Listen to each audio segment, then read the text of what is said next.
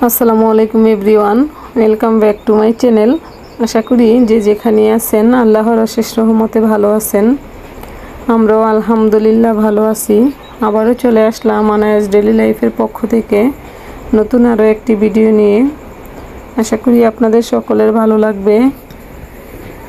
আর ভালো লাগলে প্লিজ আমার চ্যানেলটা সাবস্ক্রাইব করে পাশে থাকা ছোট্ট বেল আইকনটি প্রেস করে দিবেন, যাতে আমি ভিডিও ছাড়ার সাথে সাথে নোটিফিকেশন পৌঁছে যায় আপনাদের ফোনে, আর আপনারা আপনাদের সময় মতো দেখে নিতে পারেন। আর যারা অলরেডি এই কাজটা করে দিয়েছেন তাদেরকে জানাই অসংখ্য অসংখ্য ধন্যবাদ। আজকে হচ্ছে একটা পিঠা বানানোর রেসিপি শেয়ার করব আপনাদের সাথে।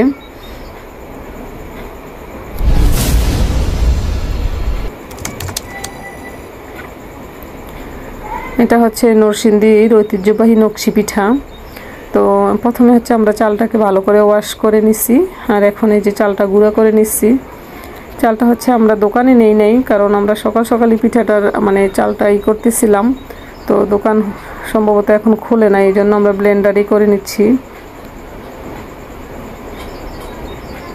আমি আর আয়শা হচ্ছে যে আমি ভিডিও করতেছিলাম, আর আয়শা হচ্ছে চালটা ব্লেন্ড করছে, আর আম্মা হচ্ছে চালটাকে করে নিবে, চেলে নিবে। এই যে এখানে আমরা ব্লেন্ড করে রাখতেছিল।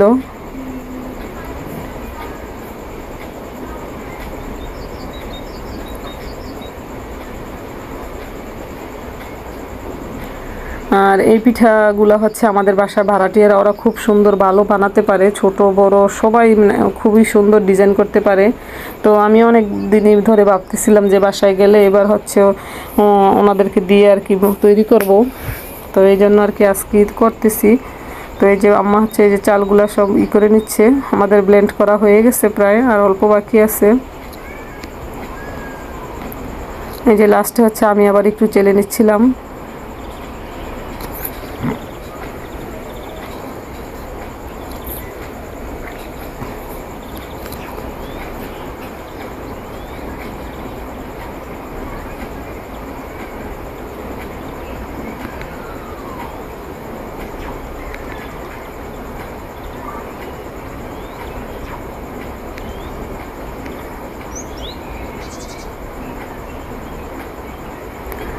আর এখন হচ্ছে এই যে চালের মধ্যে পিঠা বানানোর প্রসেস শুরু হয়েছে আর কি, শুরু করে দিছি আমরা। আর আন্টিটাকে হচ্ছে ডেকে নিয়ে আসছি, যে আন্টিরা হচ্ছে খুব ভালো চাল টাল সব কিছুই ভালো করে করবে। তো আমি সম্পূর্ণ ভিডিওটা না টেনে দেখবেন আর কি, আমি সম্পূর্ণ ভিডিওটা আজকে শেয়ার করব। যে আন্টি হচ্ছে এখন চালের মধ্যে ভালো করে লবণটা মিশিয়ে নিল, লবণ দিয়ে আর কি ভালো করে মিশিয়ে নিছে প্রথমে। আর চুলায় হচ্ছে আমরা গরম পানি বসাই দিছি বড় একটা হাঁড়িতে। তো আন্টি হচ্ছে যে এভাবে হাত দিয়ে গোল গোল করতেছিল, আমি বুঝতেছিলাম না যে এরকম করতেছিল কেন। তখন আর কি আমাকে বলল, আর আমি জিজ্ঞেস করতেছিলাম যে এরকম কেন করতেছেন। তো আমরা হচ্ছে দোকানের মেশিনে হচ্ছে চালটা গুঁড়া করি নাই, চালটা ভিজা আছে, এই জন্য নাকি এভাবে দিয়ে তারপরে চুলায় পানিতে দিয়ে সিদ্ধ বসাই দিবে। তো প্রায় 10 মিনিটের মতো সিদ্ধ করছি আর কি, এই গোল্লাগুলা পানির মধ্যে দিয়ে 10 মিনিটের মতো সিদ্ধ করে নামাই নিছি।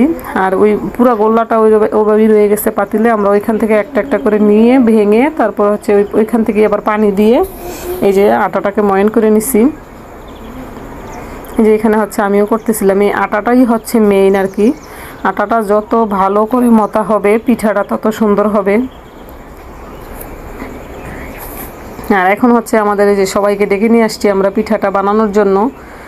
এই যে দেখেন একটা ছোট ঢাকনার মতো তৈরি করে নিচ্ছে, এটা দিয়ে হচ্ছে তেল মাখায় পিঠার মধ্যে। তো আমি হচ্ছে এই যে আটাটাকে বারবার মথে মথে গোল করে দিচ্ছিলাম, আর একটা আন্টি হচ্ছে এই যে শুধু রুটিগুলো বানাই দিচ্ছিল, একটু ভারী ভারী করে রুটিটা বানাইতে হয়। আর এই পিঠাটা হচ্ছে একটু ছোট সাইজ করলে নাকি খুবই ভালো হয় আর কি, সংরক্ষণ করতে। আর এটা সারা বছর ধরে সংরক্ষণ করা যায়। ভিডিওটা দেখতে দেখতে ভিডিওর কোনো অংশ যদি ভালো লেগে যায় প্লিজ আমার চ্যানেলটার সাথেই থেকে যাবেন, আর একটা লাইক দিয়ে দিবেন। আপনাদের একটা লাইক আমার ভিডিওটাকে অনেকের কাছে পৌঁছে দিতে সাহায্য করবে।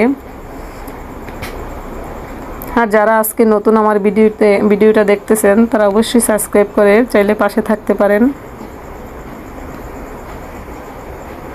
এই যে এখন হচ্ছে যে কলা পাতা নিয়ে কলা পাতার উপরে হচ্ছে রুটিটা নিয়ে তারপরে ভালো বেশি করে তেল মাখাতে হবে।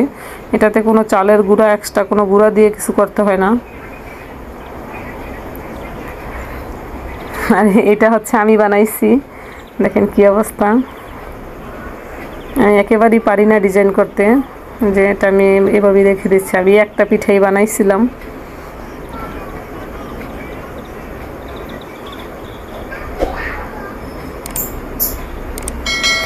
আর এই পিঠাটা হচ্ছে সারা বছর সংরক্ষণ করা যায়, আর দুইবার ভাজতে হয়। আমরা হচ্ছে আজকে একবারই ভাজবো, আর কিছু পিঠা হচ্ছে আমি নিয়ে আসবো আমার বাসায়। আর যখন আবার দেখা যায় আমি ভেজে এটা শিরাই দেবো, তখন আবার শেয়ার করব যেদিন খাবো আর কি। আর একবার ভাজার মধ্যে থেকে কিছু পিঠা আমরা হচ্ছে গুড়ের শিরাই দিছি, মানে অল্প কিছু পিঠা, আর বাকিগুলা সারা বছর সংরক্ষণ করে রাখা যায়।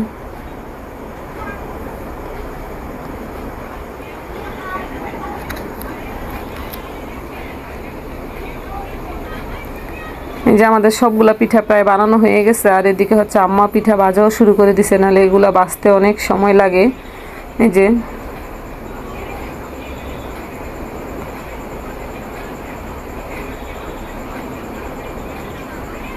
যে ভাজা হয়ে গেছে প্রায়। আর এখান থেকে হচ্ছে অল্প কিছু পিঠা আমরা হচ্ছে গুড়ের শিরার মধ্যে দিয়ে দিব। গুড় দিয়ে চিনি দিয়ে দুইটাই করা যায়। সকলে ভালো থাকবেন, সুস্থ থাকবেন, আমাদের জন্য দোয়া করবেন। আপনাদের জন্য রইল অসংখ্য অসংখ্য দোয়া এবং ভালোবাসা। আসসালামু আলাইকুম, আল্লাহ হাফেজ।